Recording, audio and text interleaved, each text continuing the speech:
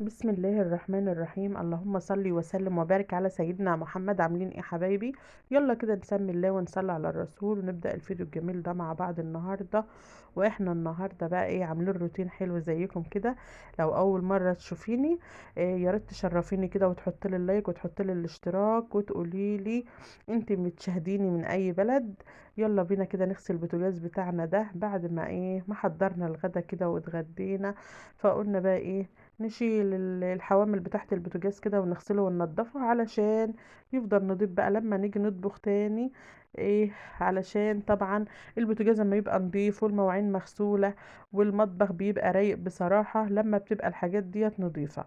انما طول ما البوتاجاز عليه بواقي اكل والمطبخ فيه مواعين بتلاقي بقى الدنيا، المطبخ بتاعك مش رايق خالص ولا نضيف خالص مهما تنضفي فيه ومهما تشتغلي عليه كده وتعملي. مش هتلاقي في حاجة رايقة خالص، لازم تنضفي بقى البوتاجاز وتغسلي المواعين. المواعين بتاعتنا ديت بقى في المطبخ يا جماعة بتولد مواعين تانية. كل ما بتغسلي المواعين تلاقي فيها اطباق جت تاني، وتلاقي بقى ايه كان في بواقي اكل ولا حاجة في التلاجة طلعت تلاقيها طالعة. والمواعين بتولد زي ما بقول لكم كده. طبعا انتوا كلكم ستات بيوت وعارفين ان كل الحاجات ديت بتحصل طبعا.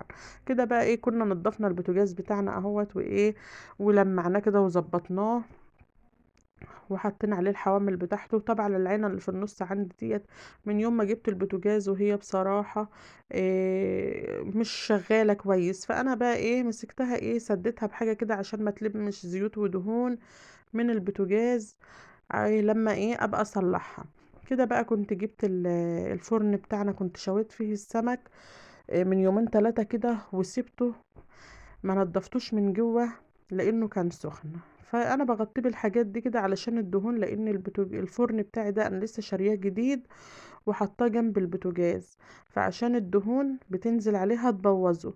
فجبت بقى الكرتونة بتاعته دي كانت جاية عليه، سبتها زي ما هي مفروشة عليه كده عشان الدهون. وكان عندي حتة المفرش دي فرشتها عليه والغطا ده بقى كنت ايه مغطياه بيه من قدام كده.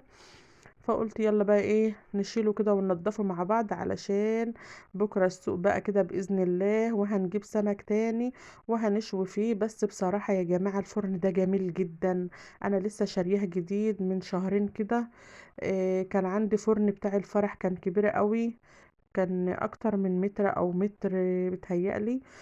بس هو كان حلو بصراحة كان جميل، بس طبعا انا متجوزة من فترة كبيرة جدا فالفرن بقى اتاكل واتبهدل. كنت صلحته مرة قبل كده و... وباظ الشوارق بتاعته بقى كده اتاكلت وظهره اتاكل من فوق. فقلت بقى ايه، الراجل قال لي هصلحهولك ب1000 جنيه.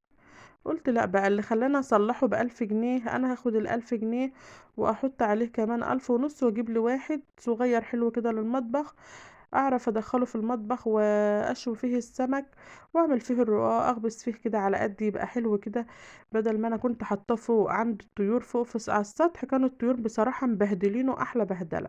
ده بقى هيفضل معايا كده في الشتاء حطاه في المطبخ، وفي الصيف هطلعه في البلكونة او قدام الشقة صغير وجميل كده. يا جماعة الفرن ده بنصحكم لو اي واحدة عايزة تشتريه اشتريه وانت مغمضة، جميل في شوي السمك تحفة، وفي دست الرز، وفي عمايل الرقاق المدور ده والعيش. هو صاحب يظلمك شوية في تدخيل المطرحة الطويلة، بس بصراحة جميل جميل في عمايل الحاجات التانية دي. في الكيكة تحفة جدا. فاحنا بقى ما عدناش برضو بنخبز عيش فلاحي كتير زي زمان. لما بيهف علينا كده بنعمل، هو اكتر الاكل بنعمله ايه، اكتر الخبيز بعمله رقاق، ورقاق مدور كمان مش رقاق من الطويل كمان. بنحب احنا الرقاق المدور. هعمله معاكم باذن الله فيديو قريب وهوريهولكم في الفرن بتاعنا ده. كده بقى كنت بوريكم بقى ان انا نضفته من جوه كده بفرشة الجاروف علشان كان ده بواقي سمك كنا شاويين فيه السمك، والبواقي دي كانت لازقة في الصاجة بتاعته. فمسكته بقى كنسته كده من جوه وظبطته علشان لما نشوي فيه السمك تاني يبقى نضيف. طبعا زي ما انت عارفة ما ينفعش ان انت تنضفيه وهو سخن، الفرشة دي اولا هتلزق فيه وهتبوظ منك وهتتبهدل، وهو ايه ممكن يعور ايديك وصوابعك كده. فانت يفضل انت تسيبيه يبرد خالص وايه وامسكيه نضفيه واغطيه زي ما انا مغطياه كده عشان الدهون وايه والحاجه ما تبوظوش، لانه طبعا احنا مش كل يوم هنشتري. العيشه غاليه وكل حاجه غاليه، واللي بيشتري حاجه ما بيصدق يشتريها. كلنا ستات بيوت وعارفين ان طبعا ان انت هتشتري الحاجه مش هينفع ان انت ايه تجيبيها تاني كده ايه بعدها على طول. لازم أن تقعد معاكي فتره وتحافظي عليها، لانها ايه حاجتك برضو. زي ما انت عارفه ان احنا بنتعب في القرش على ما بنجيبه. كده بقى كنت بلم الايه الحاجة اللي البواقي اللي كانت فيه. كانت ردة بقى وبواقي شوي السمك كده. فقلنا ننضفه كده مع بعض. وزي ما قلتلك الفرن ده جميل قوي، جميل. هو 80 سنتي. ايوه 80، ايوه في الحدود دي كده، هو 80 سنتي. بس حلو قوي. في اصغر منه على فكرة يا بنات، بتاع البلكونة الصغنون خالص ده، بتهيألي 70 سنتي. انا ايه فضلت ان انا اجيب اللي وراه علشان يبقى ايه كبير شوية. كده بقى ايه بوريكم اهوت نوعه وشكله. كان جميل جدا، جميل جميل. خديه على نصيحة مني. خلصنا بقى ايه تنظيفنا كده وايه وبواقي اكلنا وحاجتنا. ظبطنا كده واتغدينا ونضفنا اللي ورانا. فقلت بقى ايه اما اقعد انقي معاكم الرز كده ونتساهر شوية كده مع بعض. نتسلى كده مع بعض في تنقية الرز ديت. وعملت كوباية شاي كده كنت بوريها لكم دلوقتي. ان انا ايه عملت شاي وقعدت انقي معاكم الرز. فانا بقى لما بكون قاعده فاضيه كده بحب اجيب شويه رز كده انقيهم ليوم تاني يفضلوا عندي متنقيين. علشان لما بكون مش فاضيه بجيب الرز على طول اعمل منه. ما بقعدش ان انا انقي. وما بكون فاضيه خالص ورايا وقت كتير في ايام تانية بقعد انقي شكارة الرز كلها لما بنبيضها. بقعد انقيها كلها كل يوم انقي شويه واعبيها في البرميل.